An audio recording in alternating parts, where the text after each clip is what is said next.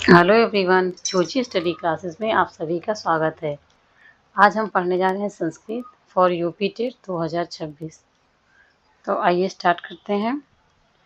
हम स्टार्ट करेंगे वर्ण विचार से, जिसमें स्वर और व्यंजन आते हैं। आज हम पहले स्वर पढ़ेंगे, फिर व्यंजन पढ़ेंगे। बिना वर्णमाला पढ़े हम कुछ नहीं पढ़ सकते, कोई भी सब्जेक्ट, जब तक हमें उसके वर्णों का ज्ञान ना हो। तो आइए स्टार्ट करते हैं। स्वर, स्वर किसे कहते हैं?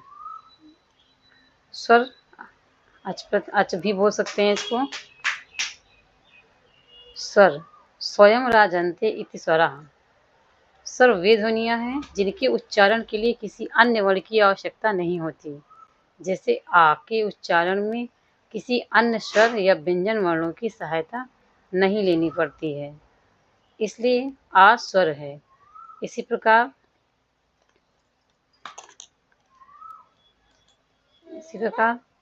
आ, ई, उ, री, ली, ए, ओ, ऐ, आओ, ये सभी स्वर हैं।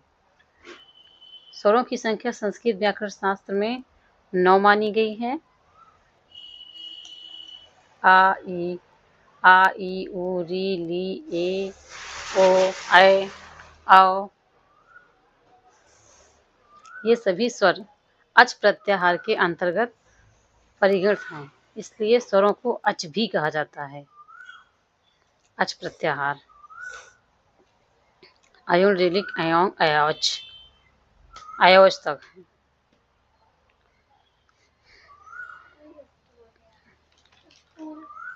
स्वर जो होते हैं,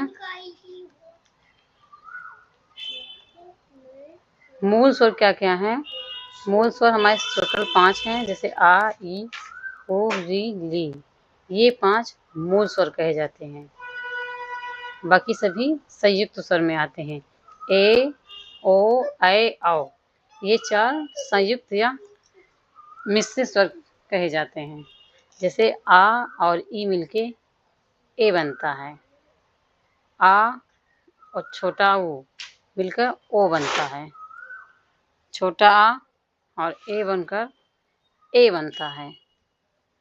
आ और ओ मिलकर औ बनाते हैं। इन सभी में 2-2 स्वर मिले हुए हैं, इसलिए इन्हें संयुक्त स्वर कहा जाता है। बाकी आ, ई, उ, री, ली में ये मूल स्वर हैं। इनमें किसी से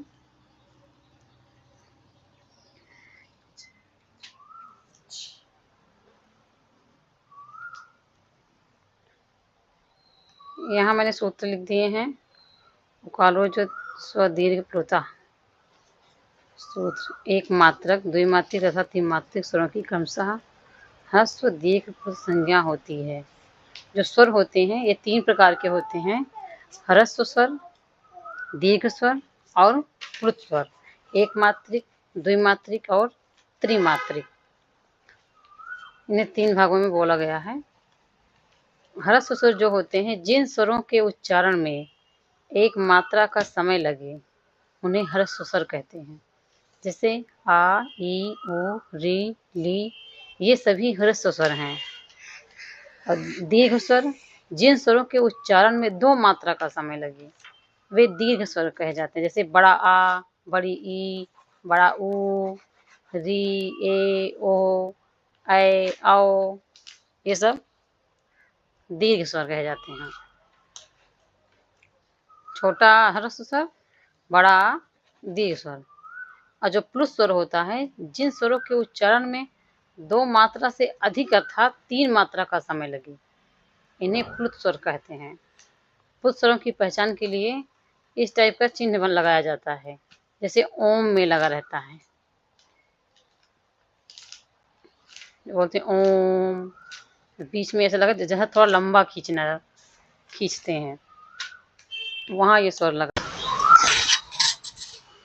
व्यंजन, हल वर्ण, इसे हम बोलते हैं हर प्रत्याहार। ये तो टोटल 33 वर्ण होते हैं व्यंजन में। व्यंजन की परिभाषा, अनवग भवति व्यंजनम।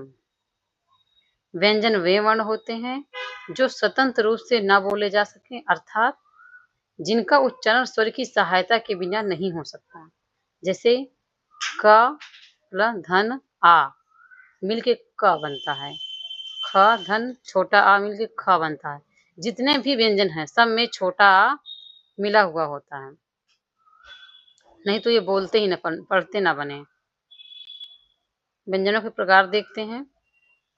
पहला है स्पर्श व्यंजन, इसे स्पर्शी व्यंजन भी कहते हैं। कादयो मावसाना स्पर्शा, ये इसका सूत्र है। इसमें 5 वर्ग होते हैं, का वर्ग, चा वर्ग, टा वर्ग, ता वर्ग और पा वर्ग। अब पांचों वर्ग में 5-5 वर्ण होते हैं। का वर्ग में का खा गा घा अंगा, इसी तरह चा वर्ग में चा छा जा झा इया, टा वर्ग में टा ठा डा ढा अड़ा, ता वर्ग में ता था दा धा ना और पा वर्ग में पा पा बा भा मा। 5-5 टोटल 25 स्पर्शी व्यंजन भी कहते हैं इन्हें। इनकी संख्या टोटल 25 होती है। दूसरा आता है अंतस्थ व्यंजन, यण प्रत्याहार, यणोन्तस्था। इसमें या वा रा ला सिर्फ 4 ही अक्षर आते हैं। तीसरा है ऊष्म व्यंजन, इसका सूत्र होता है शल उष्माणा। इसमें शा शा सा और हा आते हैं। चौथा आता है संयुक्त व्यंजन। संयुक्त व्यंजन में छा त्रा ज्ञा 3 ही अक्षर आते हैं, छा त्रा और ज्ञा। छा जो है आधा का आधा सा और छोटा आ से मिलकर बनता है। त्रा में आधा ता आधा रा, आधा क्या पूरा पूरा ता रा रा छोटा आ, त्रा बनता है। ज्ञा में जा इया और छोटा आ जोड़ के ज्ञा बनता है। इसमें 3 अक्षर जुड़े रहते हैं, इसलिए इसे संयुक्त व्यंजन कहते हैं। इसके आगे हम प्रैक्टिस देखेंगे स्वर और व्यंजन से संबंधित।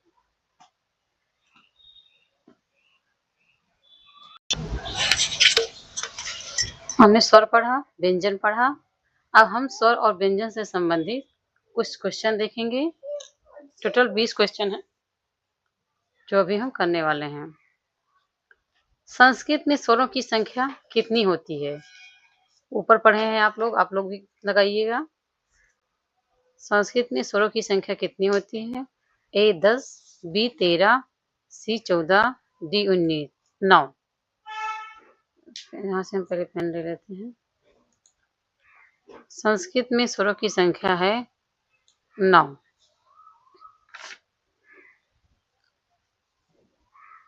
आ ई उ री ली ए ओ ऐ औ 9। दूसरा क्वेश्चन, निम्न में से कौन सा स्वर है? का, चा, आ या ता? सबको पता है छोटा आ ये स्वर है, बाकी सभी व्यंजन है। तीसरा क्वेश्चन, आ किस प्रकार का स्वर है? ए दीर्घ, बी ह्रस्व, सी प्लुत, डी संयुक्त। आ जो है किस प्रकार का स्वर है? ये ह्रस्व स्वर है, जो स्वतंत्र होता है, जिसमें किसी की सहायता नहीं होती, एक मात्रिक स्वर होता है। चौथा नंबर, बड़ी ई किस प्रकार का स्वर है? छोटी ई होता तो ह्रस्व होता, यहाँ बड़ी ई है इसलिए दीर्घ दीर्घ स्वर है। ये इसे 2 मात्रिक स्वर भी कहते हैं।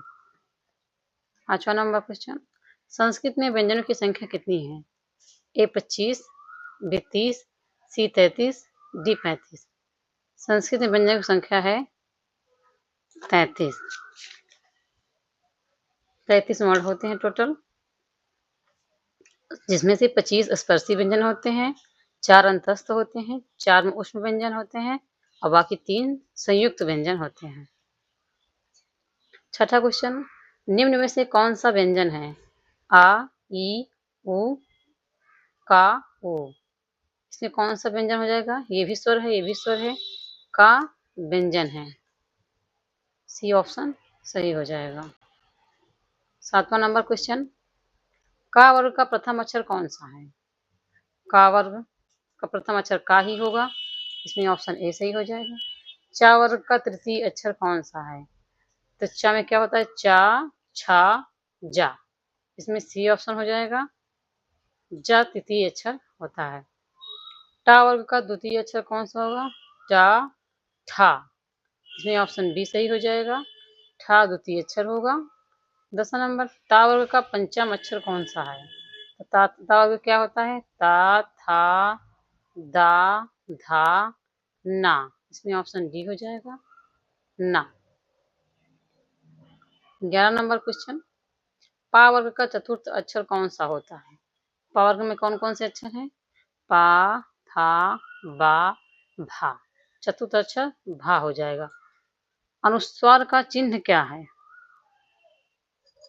अनुस्वार अंग, आहा।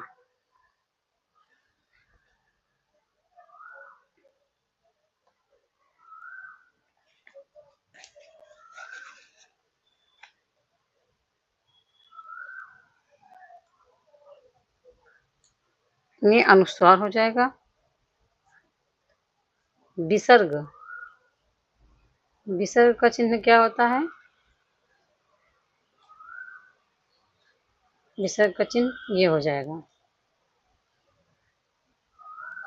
हा किस वर्ण का व्यंजन है? कंठ, तालव्य, मूर्धन्य, ओष्ठ। तो हा कंठ का है। अकु विसर्जनीय नाम कंठा। इसका सूत्र होता है, ये कंठ का है। यह किस प्रकार का व्यंजन है? यह स्पर्श, अंतस्थ, ऊष्म या संयुक्त? क्या जो है अंतस्थ व्यंजन है। इसमें बी ऑप्शन हो जाएगा। 16, श किस प्रकार का व्यंजन है? श जो है ऊष्म व्यंजन है। इसमें ऑप्शन सी सही हो जाएगा। शा, शा, सा, हा। 4 अक्षर होते हैं। इसका सूत्र होता है शल उष्माणा। 17 नंबर क्वेश्चन, का किस प्रकार का व्यंजन है? ए स्पर्श, बी स्तंत, सी ऊष्म, डी स्वर। का जो है ये स्पर्शी व्यंजन है। इसमें ए ऑप्शन हो जाएगा। 18 नंबर, अंग को क्या कहते हैं? अंग को विसर्ग, अनुस्वार, दीर्घ या प्लुत। इसे अनुस्वार कहते हैं। विसर्ग में पीछे 2 बिंदी रहती है, आहा। दीर्घ में बड़ा आ, बड़ी ई आते हैं। अपलुत में 3 मात्रा का होता है, जैसे ओम, ये त्रिमात्रिक है। ऋषि किस प्रकार का स्वर है? ह्रस्व, दीर्घ, प्लुत या संयुक्त? ऋषि जो है ये ह्रस्व स्वर में आता है। इसमें ऑप्शन ए सही हो जाएगा। 20 नंबर क्वेश्चन, अ किस प्रकार का स्वर है? अ ह्रस्व है, दीर्घ है, संयुक्त है या प्लुत है? अयुक्त एक प्रकार का अ जो है संयुक्त स्वर है। आओ, इसमें आ और ओ 2 वर्ण मिले होते हैं। इसमें ऑप्शन सी सही हो जाएगा। आज के लिए बस इतना ही, बाकी हम नेक्स्ट वीडियो में देखेंगे। Thanks for watching.